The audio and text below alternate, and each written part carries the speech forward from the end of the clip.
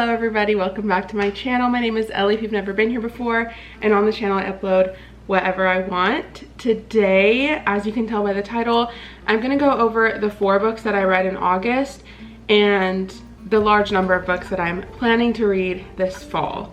Today is September 1st, and in my head, I'm desperately wanting it to be fall, but it's still summer. It's like 80 degrees outside. It's warm. I can actually feel the heat from the window, but I'm still wearing my crew neck, leggings, and socks. I did fall makeup today. I'm drinking my pumpkin spice latte. Like, we're forcing it to be fall in this household. I haven't decorated for fall yet, but my mindset is on fall now. Summer is over as of yesterday. We're gonna just start with the fall festivities. So let's start this video out by wrapping up my August reads. I did only read 4 books, but I read them all after August 19th. So the last 12 days of August were dedicated to reading these 4 books. The first book that I read was Harry Potter and the Prisoner of Azkaban. This is the 3rd book in the Harry Potter series. I do not physically own this yet, but I'm on a mission to acquire the entire Harry Potter series secondhand, and I only own the 5th, 6th, and 7th ones. I need to get my hands on this one, but I read this on my Kindle. I ended up rating this one a 3.5 stars.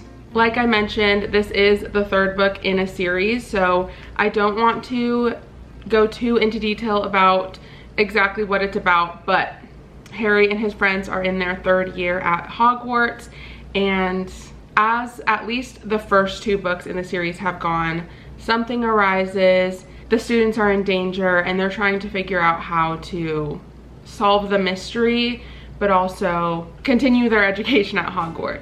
I rated this a 3.5 stars because I just felt like the pacing was a bit off. I read this during my 24-hour readathon, so if you watched that video, then you would have heard me talk about my thoughts in real time. It was somewhat of a longer book, but actually short in the sense that it's a Harry Potter book, and those books tend to be pretty large.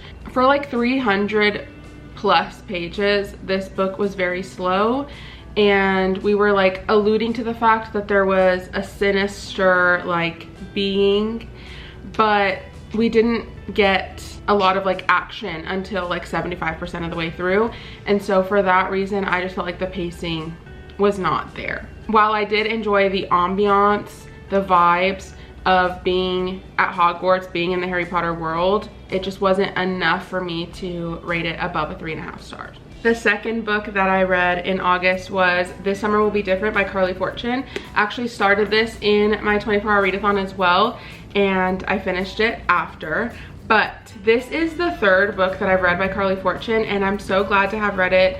I have mentioned this before, but I love Carly Fortune's writing, and also it was a summer book in the summertime. It just gave good vibes. I rated this 4 stars, mainly because it just didn't give me that 5-star feeling, but I did really enjoy it. This book is a dual timeline summer romance, which I think Carly Fortune does well, and it is kind of like her niche, at least for the first 3 books that she's written. Every Summer After, Meet Me at the Lake, and then This Summer Will Be Different are all dual timeline books, and I feel like they're done well. And I have realized that I actually really like second chance romance dual timeline books.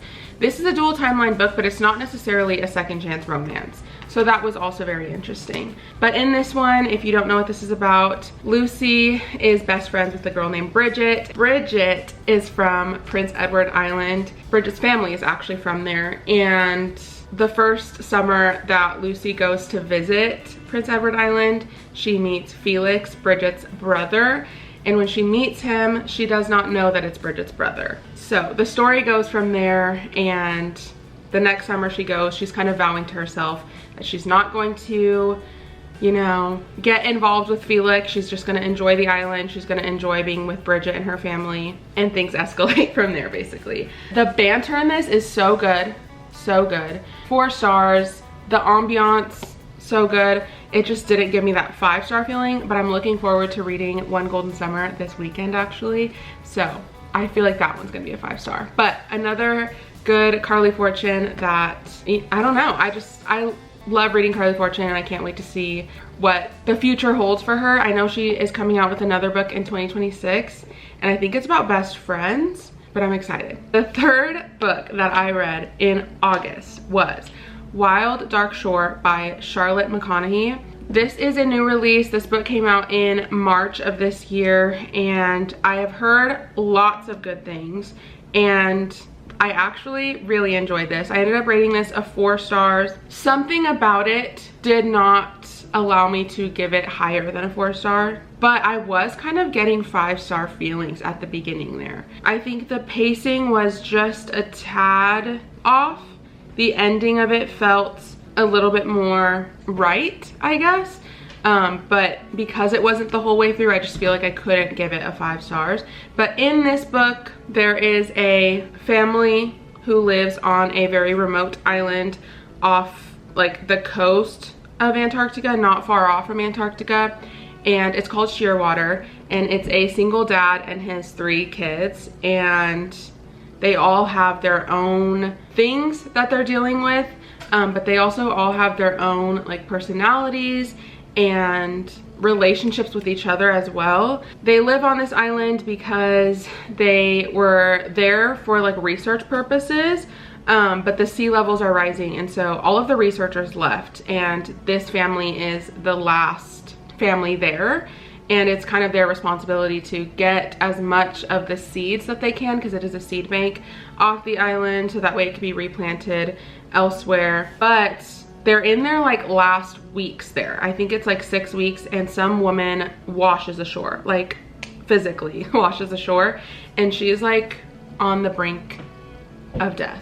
But this family nurses her back to health, and things start to get a little bit eerie there. They don't trust each other, and yeah, the plot goes from there. Like I mentioned, I rated this 4 stars. I listened to this via audiobook, and I highly recommend. There's a full cast of characters.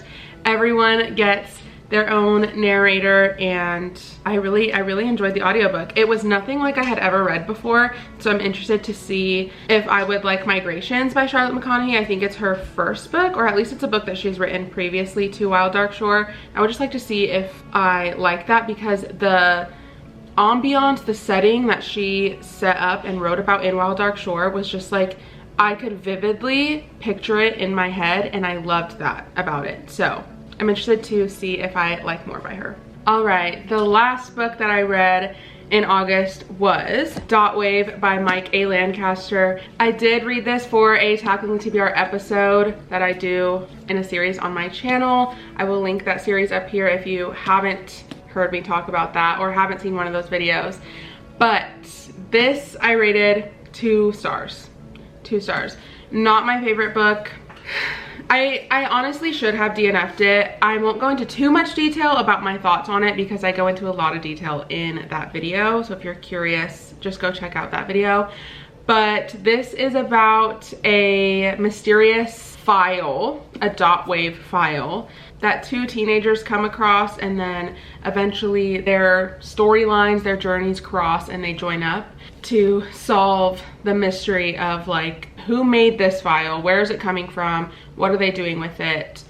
Basically, the file brainwashes teenagers, and so they're trying to solve it. This did have elements that you would think I would like, but it kind of felt like, not necessarily a copy, because I don't know what the timelines of like when each book was written, but teenagers with special abilities working for the British intelligence. Like, is that not giving Naturals vibes? It was giving Naturals vibes, but in a way that I just didn't enjoy.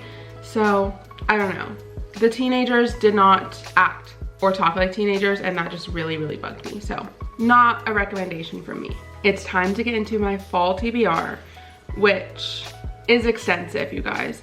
4 of these books I would like to read in September, but the others I would like to read just in the fall time. So I might not do another one of these videos, like a wrap up TBR for October and November, because a lot of these books are probably what I'm gonna be reading during those months anyways, but we will see. Maybe I have like an explosive month or month or 2 of reading, and I just need to talk about all the books that I'm reading. We will see. But we're gonna start with the books that I'm going to read in September, and then we'll get into just my general fall TBR. I did try to pick books that have more of a fall vibe, at least in my head. They might not even be remotely related to fall, but they're definitely not summer, I guess. I don't know. Maybe they are. I haven't done a lot of research. The first book that is on my September TBR, also my September TBR isn't necessarily in order. This is just the first one that I grabbed, but this is Get Lost With You by Sophie Sullivan. I actually don't even know really what this is about. I should look into that and let you guys know. But the main reason why I picked this is because of the title. It has the word with in it. If you watched my last month's video of me talking about the books that I read the previous month and then my August TBR, I talked about how I needed recommendations for books with, but I was at the library the other day and I found a couple books with, like actually there. And so I just decided to grab a couple. The other one I'm not even gonna show you because I'm not planning on reading it anymore. But this one I am planning on reading for that prompt. After reading that, I have come to learn that I think this is a second chance romance with brother's best friend. That's all I really need to know. But this is kind of giving fall vibes for me. It's set in an outdoorsy lodge, which I know that kind of gives summer, but it can also be fall, winter vibes. So it's not exclusively summer, which is why I'm putting it on the fall TBR as well.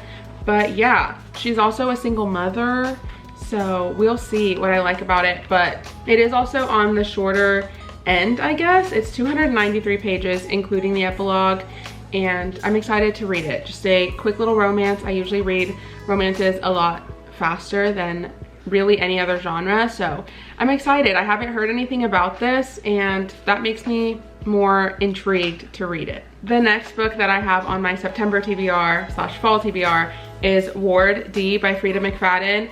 This is a pretty popular book, but again, this is also another book that I have from the library. This book was picked as our next book club pick for my friend Anna's book club that we do, me and my friends. It's about a nurse that has to do like an overnight shift on Ward D, which is the hospital's psychiatric ward, and things get scary.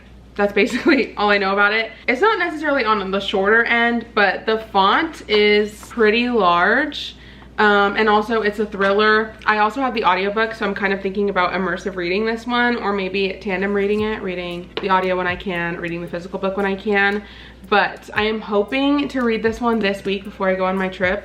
So I think it should be pretty quick. I'm hoping. The next book isn't necessarily fall related, but it is going on my September TBR because of the Buzzword Reading Challenge. This is The Wedding People by Alison Espach. Is that how you say her last name? Hopefully. This is a very popular book, has been a very popular book, and it's now my turn to read it. I should have read it in advance and then just counted it for the Buzzword Reading Challenge, but I actually found this book at Goodwill and it's in great condition. The reason why I'm putting this on my September TBR is because the title is The Wedding People, and September's prompt is an event and a wedding is an event. So that's why this is going on the TBR. It is a decent sized book. It's like 360 something pages. This book is pretty popular, but I will kind of give somewhat of a synopsis. But basically it takes place in Newport, Rhode Island, and girl named Phoebe is staying at the Grand Cornwall Inn. She's the only person at this inn, at this resort, I don't know what it's called, at this place, this hotel, that is not part of the wedding party. I think I know what reason she's there for, just from like what I've heard about the book, but I've heard really good things, and so I am interested to see what my thoughts are on this. The Wedding People is going on my September TBR, even though it's more of a summer book in my head. Maybe I should read it earlier on while it's still warm out before getting deep into fall. The next book on my September TBR is The Dead Romantics. This book is kind of like a good transition going into my specifically fall books because this is a fall book in my head. If I didn't mention, this is by Ashley Poston, which I read 7 Year Slip by Ashley Poston for book club. I didn't enjoy it as much as I thought I would, but that really doesn't mean much. I think I rated it like a 4.5 stars, 4 stars maybe. The Dead Romantics is specifically going on my September TBR because the cover prompt for the Buzzword Reading Challenge is foliage. And the flowers on the bottom of this cover I'm gonna count as foliage. But this book is about a ghostwriter for a very like popular romance author. She has to return home because of like a family emergency, and she finds a ghost at the funeral parlor. They're both confused why either of them are there, and that's all I really want to know about it, basically. This is a really, really hyped up book. I love Ashley Poston's writing, so I'm honestly hoping that I like this one even more than I like the 7-Year Slip. It has a touch of magical realism just like her other books do, and I love magical realism in books. It's one of my favorite things about the 7-Year Slip, so I'm really hoping that I like this one, but also because it's giving like spooky vibes, it's a great transition into fall reading. The rest of these books that I'm going to mention are specifically for fall and the rest of fall. They might be read in specific months because of the Buzzword Reading Challenge. So on that note, the next book I have on my fall TBR is They Both Die at the End. This book is by Adam Silvera, and it's the first book in a multi-book series. I don't know exactly how many books. Well, actually it says on September 5th, so it is kind of fall vibes. But in this world, you, I think, have the option, I'm not sure if you have to, but you have the option to get a phone call on the day that you're going to die. And so they both know that they're going to die, but they're looking to make a friend on their end day, which is like their last day. So they meet up, and this book is basically about their last day together. 3 people that I follow on social media, 2 of them I also am friends with in real life, have rated it 5 stars. So I'm really, really, really intrigued. I'm also scrolling and I'm realizing so many more people that I watch on YouTube have also rated it 5 stars. So I'm interested to see what I think about it. I don't want to let the high ratings get to my head, because then I'm going to put super high expectations on it, and I hate when I do that because it ruins the experience for me. But the reason why I put this on my TBR, which actually it's been on my want to read list on Goodreads since 2022, so I really need to get to it. The main reason is because the Buzzword Reading Challenge for October, the title needs to have violent words in it, and I feel like die is a violent word. So this is going on the fall TBR. Specifically, I would like to read it in October for the reading challenge. Also, this book can fit for the October cover prompt, so I can double dip. It kind of fits for the October cover prompt because the cover needs to have a weapon on it, and it has the Grim Reaper with the scythe, and I feel like that's a weapon. All right, the next book that I have on my fall TBR is The Inheritance Games by Jennifer Lynn Barnes. I don't know exactly why I'm putting this on the fall TBR. The cover just kind of gives fall vibes to me. It's like fantasy-esque. There's just like lots of little details on it. Also, I just miss reading Jennifer Lynn Barnes's books. I read the Natural series, loved it. I really don't know the setting of this. I don't know. I don't know a lot about this book, but I kind of want to keep it that way. So I think there is a love triangle like there is in the Natural series. But I don't know, the mystery-esque part of it kind of gives me fall vibes, so this is going on the fall TBR. I just need to get to this, like it's been way too long. The next book on my fall TBR is Apples Never Fall by Leanne Moriarty. I would actually like to read this in November, so I'm holding off until then. This is a chunky book. Okay, this is a larger book. I think there's like over 460 pages. I don't even want to really count because I don't want to spoil it for myself, because I know it's somewhat of a mystery. I'm actually going to look on Goodreads right now. But while I'm looking, the main reason why I want to read this in November is because of the Buzzword Reading Challenge. The title needs to have the word never in it, so apples never fall. The cover also needs to have food or drink, and I feel like apples are kind of like a food, right? So I might double dip with this one as well. But I have talked about this book in a different video. I actually got it in a blind date with a book, but this one is kind of like a family drama mystery, I think. I will just read the first like section of the synopsis on Goodreads. It says, the Delaney family love one another dearly. It's just that sometimes they want to murder each other. If your mother was missing, would you tell the police even if the most obvious suspect was your father? This is the dilemma facing the 4 grown Delaney siblings. There's like tennis in this. I don't know. I don't know. That's basically as much as I want to know about it. So I'm really excited to read this. I'm surprised that I'm excited. I have read another Leanne Moriarty in the past and I enjoyed it for what it was, and I'm hoping I like this one more. I think this one is also like a TV series now, so we will see what I think about this one. The next book that I'm putting on the fall TBR is Harry Potter 4. I think it's Harry Potter and the Goblet of Fire. I should actually probably know that. Yes, this is Harry Potter and the Goblet of Fire. This book is 752 pages. That is too many pages. But I am really excited to read this one. I don't even really want to know what it's about because I've gone into all of the Harry Potter books without knowing what they're about, so I want to continue that with the 4th one.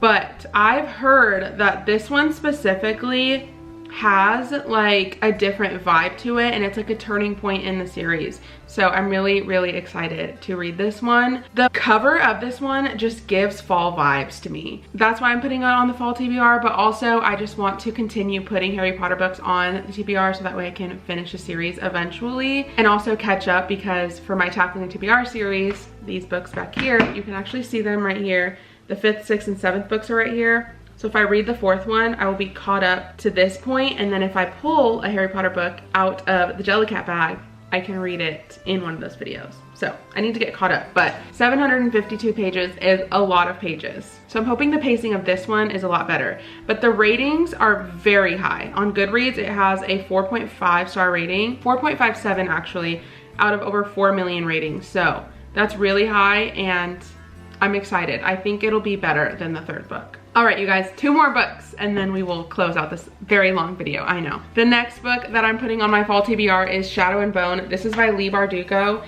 This is the first book in the this is the first book in the Shadow and Bone trilogy. It is in the Grishaverse. I have not read any of the Grishaverse books before, so hopefully that's not a problem. I don't even know what this is about. I just know it's a very popular fantasy. I think it's a YA fantasy. I believe I got this at Goodwill, but I want to read it. I know that they had like a canceled Netflix show or something like that. I'm so sorry. I haven't been keeping up with all of that, but it will be my first Leigh Bardugo, and I know I've heard a lot of good things about this. The main reason why I'm putting this on the fall TBR is because the cover kind of gives fall vibes, but also the genre itself, fantasy, gives me fall winter vibes, even though I do read fantasy in the summer as well. But yeah, I just feel like it's a good as time as ever to read this, and hopefully I get to it. If I don't, it's honestly okay, because it's not necessarily like on my Tackling TBR series. These are more like urgent to get to finish out that series on my channel. But I want to have options for the fall, and this is definitely one that I'm gonna give myself the option to read if it comes up. The last book that I'm putting on my fall TBR is The Library of Borrowed Hearts. This is by Lucy Gilmore, and I've owned this for like over a year now, and it's gorgeous. The vibes on the cover aren't necessarily giving fall, but I think because it's like cozy, it's a book about books, that in my brain screams fall. I tried to look into it to see if I could see like exactly what setting it takes place in, but I just love reading books with bookish elements. It just feels fall to me. Cozy vibes feels fall. This is about a girl named Chloe who is taking care of her 3 younger siblings, and she needs to make money, so she comes across a rare book at the library that she works at. And some cranky old man comes in and is trying to buy it for like a crazy price. So she like discovers inside the book that there's like notes going back and forth in the margins between 2 people in the past that were like in love. And that's really all I want to know about it too. So I'm excited to read this as well and get to it. And I'm really hoping that I love it because I'm hyping it up in my head for sure. This might not have super specific fall vibes, but like I said, library, it's just giving fall vibes to me. I don't know what it is. Maybe it's also the orange on the cover, but that's the last book I'm gonna put on the fall TBR. And am I gonna get to all 10 of these books? I should, but it also doesn't include any of my Tackling the TBR books. Actually, one of the books is part of my Tackling the TBR series, so hopefully I get to it. We will see if I get to all these books. Hopefully I have a fun reading filled fall. That's the goal. All right, thank you for sticking with me on this very long video. I hope it wasn't too long to the point where you got bored and clicked off. If you're still here watching at this point, thank you so much for listening to me yap. Those are all the books that I either read in August or I'm planning to read throughout September, October, November. I'm hoping to pop in at the start of winter and maybe give a recap of if I was successful or not. Maybe I read even more than this, maybe. If you like this video, please give it a big thumbs up. If you like me, then subscribe. I'd greatly appreciate it. Happy fall. If you haven't commented already, but you would like to and you just don't know what to comment at least one book. Maybe you have more than one. Comment what you are planning on reading this fall. And yeah, I'll see you guys in my next video. Bye.